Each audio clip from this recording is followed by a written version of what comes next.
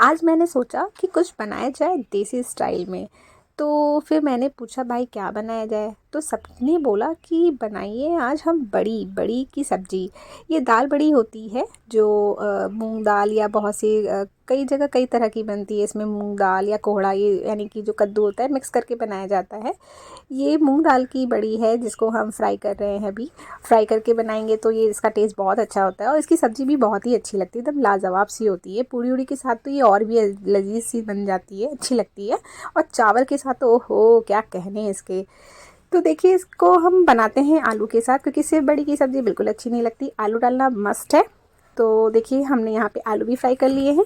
अब हम इसका मसाला तैयार कर रहे हैं, जिसमें हमने सागा, लहसुन, मिर्ची, प्याज, अदरक और थोड़े से टमाटर, ये पूरा एक टमाटर हम यहाँ डाल रहे हैं।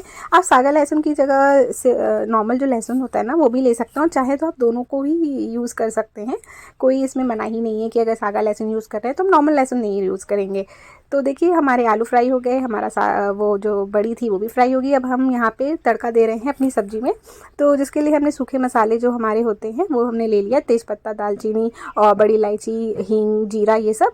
और उसके बाद हमने जो एक कटा हुआ प्याज था वो छोटे छोटे काट के उसको फ्राई किया। साथ में हमने जो पेस्ट तैयार किया था वो डाल दिया और वो हम अब इसको थोड़ी देर पकाएंगे। थोड़ी देर कुक हो जाने के बाद जो पेस्ट है, जब हमारा कुक हो जाएगा तो उसमें हम सारे जो सूखे मसाले हैं वो डाल देंगे, जो पाउडर होते हैं वो, जैसे कि हमने यहाँ पे नमक, हल्दी, कश्मीरी लाल मिर्च, धनिया पाउडर, जीरा पाउडर, गरम मसाला, ये सब कुछ हमने इसमें डाल दिया सब्जियों में और इसको हमने थोड़ी देर कुक किया। इसके बाद हमने इसमें आलू और बड़ी जो है वो भी डाल दिया। उसको भी हम थोड़ी देर मसाले के साथ 2 से 4 मिनट के लिए कुक करेंगे, ताकि जो फ्लेवर है वो इन आलू और बड़ी में बहुत ही अच्छे से हो जाए। तो इसके बाद हम फिर इसमें पानी डाल देंगे। पानी आप अब एकदम अपने हिसाब से डालिए। इसमें मसाला बहुत ज़्यादा नहीं डालिएगा और ये बहुत ज़्यादा इसकी ग्रेवी थिक ना करिए, क्योंकि ज़्यादा अच्छा तो ये तभी लगता है जब इसकी कंसिस्टेंसी एकदम मीडियम हो, ना बहुत पानी जैसा ना बहुत ही गाढ़ा, तो एकदम बीच का रखिएगा। तो देखिए हमारी जो कंसिस्टेंसी थी हमारे पानी की वो हमने एकदम मेंटेन कर ली है। देखिए बहुत गाढ़ा भी नहीं है, बहुत पानी जैसा भी नहीं है।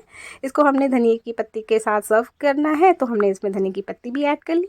और ये देखिए कितने अच्छे बन के तैयार हुए हैं हमारी ये जो बड़ी है और आलू, यानी कि हमारी आलू बड़ी की सब्ज़ी बहुत ही देसी स्टाइल में बन के तैयार हुई है। बहुत ही अच्छी लगती है, बहुत ही सिंपल सी सब्ज़ी होती है ये, और आपको बहुत ही अच्छी लगेगी। आप इसको ज़रूर एक बार ट्राई करिए, आलू बड़ी की सब्ज़ी। ये आप कैसे भी बनाएं, आप इसको कुकर में भी इसी वे में बनाइए तो ये भी बहुत अच्छी लगती है। जब मुझे बहुत जल्दी होती है ना और मुझे ये बनानी होती है सब्ज़ी, तो मैं इसको कुकर में बनाती हूँ। लेकिन चूँकि मुझे ये दिखानी थी तो मैंने ये आज कढ़ाई में बनाई है।